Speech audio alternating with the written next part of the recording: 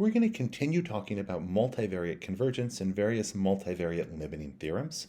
In particular, we're going to extend convergence and distribution to the multivariate setting, as well as the central limit theorem and influence functions.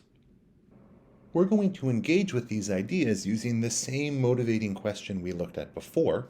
Here we imagine we have n IID observations drawn from a univariate distribution f, and we're interested in estimating the coefficient of variation, here sigma, the standard deviation of each of these draws, divided by mu, the mean of each of these draws. We're imagining sigma and mu are both greater than 0. As we mentioned before, one could use the plug-in estimator. Here we estimate psi hat by sigma hat divided by mu hat, and we saw that this converges to our parameter psi in probability. Not only did we see that we have convergence in probability, we also noted that the rate of convergence was no slower than n to the negative 1/2. And in fact, in this case, it will be exactly n to the negative 1/2. We would really like to understand the asymptotic behavior of square root n times our estimator minus truth. So this is imagining if we zoom in on the sampling distribution around its mean with a magnification of square root n, what does that sampling distribution look like? And we will see that this is going to be a normal distribution with mean 0 and a variance that we can characterize. As we think about showing this, we're going to engage with a number of peripheral but very important multivariate results. So we're going to return to considering sigma hat, mu hat as a vector estimating sigma and mu. Again, we've before seen that sigma hat is a good estimator of sigma, mu hat is a good estimator of mu. However, we're going to think a little bit more about what convergence of our estimators to our parameters as vectors might mean. We previously looked at what that means in terms of convergence and probability. We're now going to think about what it means in terms of convergence and distribution. To do this, we first need to define convergence and distribution for multivariate sequences of random variables. So for now, I'm going to write everything in terms of sequences of random variables in R2, so sequences of pairs of random variables, but this R2 could really be Rp for any value of p greater than or equal to 1. So let's imagine we have the sequence Zn of random vectors in R2, and we have a single random vector C in R2. And now we're going to say what it means for this sequence of random vectors Zn to converge in distribution to C, or to converge in distribution to the law of C. This is going to parallel what it looked like in the one-dimensional scenario. So the first thing we're going to do is we're going to think about this joint CDF for C, right? This is going to be a two-dimensional function. So we let f of C1, C2 be the probability that the first element in C is less than or equal to this little c1, and the second element in C is less than or equal to little c2. So again, this is just the joint CDF. Now we say that a stochastic sequence Zn converges in distribution to C if the CDF of the elements of that sequence converge to the CDF of C. And there's one little technical point here. We don't need this convergence to happen everywhere. You just need it to happen at all of the little c1, little c2 values, pairs of values, where the CDF of capital C is continuous. So this is a technical point. You don't really have to worry about this. In your mind, you might think of this as, okay, the joint CDF of the pair of elements in our stochastic sequence Zn has to converge to the joint CDF of C. The only difference here from what we originally had in one dimension is that now we're looking at a joint CDF rather than a univariate CDF. And again, we've done this in 2 dimensions, but this definition could hold in an arbitrary number of dimensions. 2 is just easier for exposition. All right, now taking a step back, we remember that univariately, using asymptotic linearity or exact linearity and the central limit theorem, we have that square root n times our estimated standard deviation minus the population standard deviation converges in distribution to a mean 0 normal. And similarly, square root n times the sample mean minus the population mean converges in distribution to a mean 0 normal. So Again, univariately, we have this convergence and distribution. Might we now use that definition of multivariate convergence and distribution we just saw to say something about square root n times our vector of estimates minus our vector of parameters? In particular, it'd be really nice to say this converges in distribution to a mean zero Gaussian with some covariance matrix that we can characterize.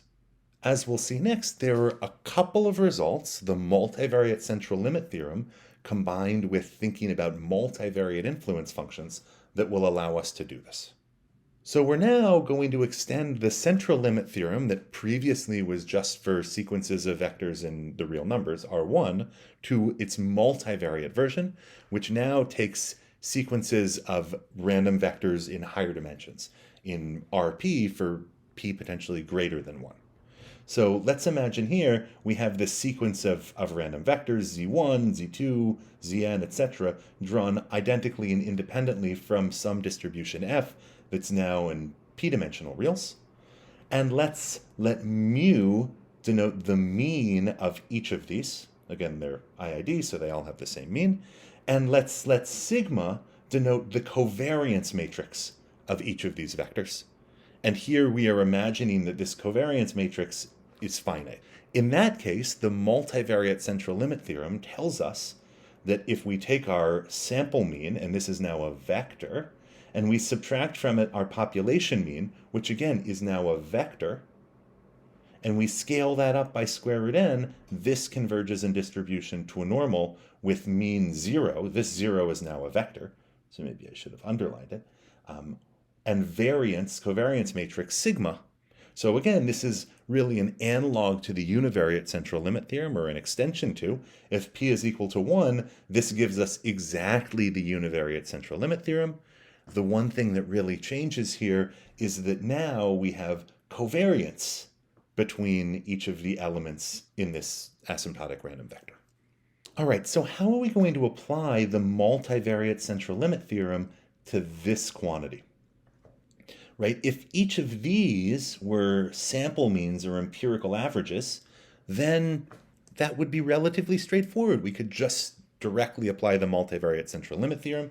However, while mu hat is exactly a sample mean of our original observations, sigma hat is not quite exactly a sample mean. However, these magical influence functions will allow us to engage with sigma hat as if it were a sample mean and show that those additional higher order terms are negligible. So again, let's remind ourselves about this asymptotic linearity. So we've shown before that sigma hat is asymptotically linear for estimating sigma. So their difference can be written as an empirical average of these sort of interesting mean zero terms plus some term that goes to zero quite quickly. And mu hat we know is exactly linear for estimating mu. Mu hat minus mu is an empirical average of mean zero terms, and there's no remainder. Although it wouldn't have been a problem in this case if there were a remainder. So we're going to see if we can engage with these two pieces, create a vector using them, and apply the central limit theorem there, and hopefully this piece will be ignorable. Let's define zi now as a two-vector that stacks together these two pieces. This top piece, right, comes from sigma hat minus sigma. This bottom piece comes from mu hat minus mu. So now we can write our vector of estimates minus our vector of parameters is an empirical average of mean zero vectors, right? Each zi is a two-vector, plus something small. And by something small, I mean a two-vector that is random, but whose largest element is still asymptotically smaller than n to the negative 1/2.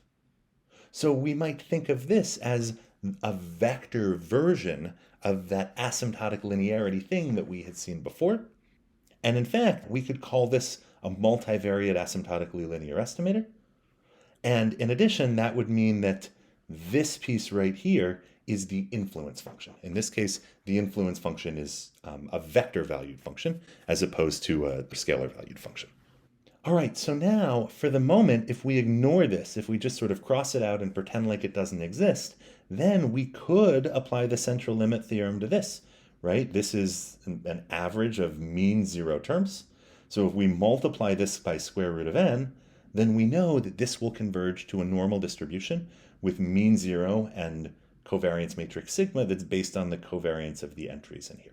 So again, we multiply this by square root n, that 1 over n becomes a 1 over square root of n, and we get this convergence and distribution by the multivariate CLT. Down here, we've actually written out what sigma is by taking the outer product of that 2 vector with itself, and then we've simplified things a little bit. We haven't actually calculated through the expectation here. We'd get some second moments, third moments, and fourth moments. Right? And we could write all of that out. I haven't really worried about that too much right now.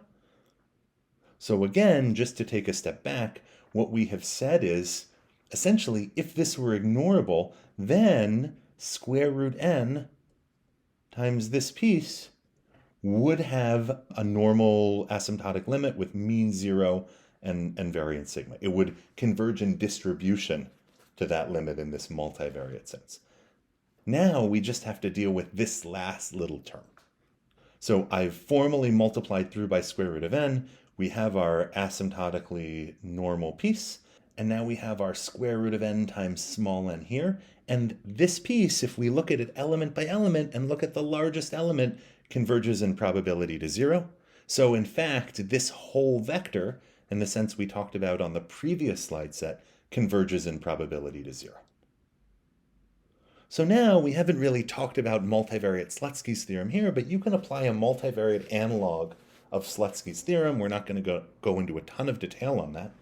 And that would tell us that, in fact, this term is negligible. And when we think about the asymptotic limit, we can say that square root n times the difference of our estimator and the parameter converges in distribution to exactly what this piece converged in distribution to, a normal with mean zero and covariance matrix sigma. And again, sigma was given on that previous slide. So there's going to be one more piece in us thinking about the distribution of sigma hat over mu hat minus sigma over mu multiplied by square root n, right? What this converges in distribution to, we're going to need some sort of a delta method here. But that's going to be for the next set of slides. In fact, we'll see that some of the pieces that we engaged with were not strictly necessary for understanding the asymptotic behavior of the difference of these ratios. However, those results are still very useful in their own right and will be useful when we're trying to understand the asymptotic behavior of other estimators. For now, let's recap what we've done. We've looked at this vector of estimates and compared it to our vector of parameters and thought about what convergence and distribution for these vectors might look like, and shown that in this case, if we scale up or zoom in by square root of n, we get not just univariate normal distributions, but we actually get this nice multivariate normal distribution, and it's relatively straightforward to actually calculate out what that covariance matrix is.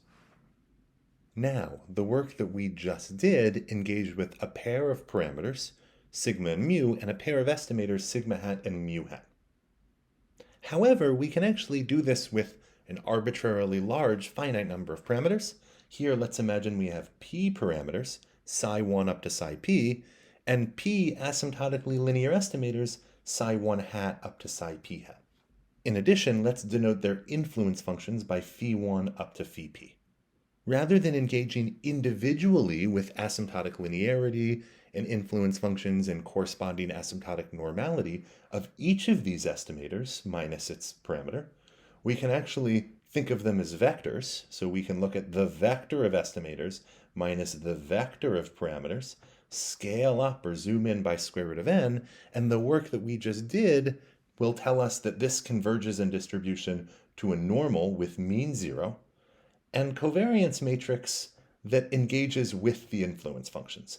In particular, the covariance between the standardized ith and jth estimator, in this case, is just going to be the covariance of the ith and jth influence functions. So again, this moves us from univariate influence functions and asymptotic linearity and corresponding asymptotic normality to multivariate asymptotic linearity, multivariate influence functions, and this multivariate asymptotic normality, where now we not only have to think about the variance of each of these estimators, or the asymptotic variance, but we also need to think about the asymptotic covariance.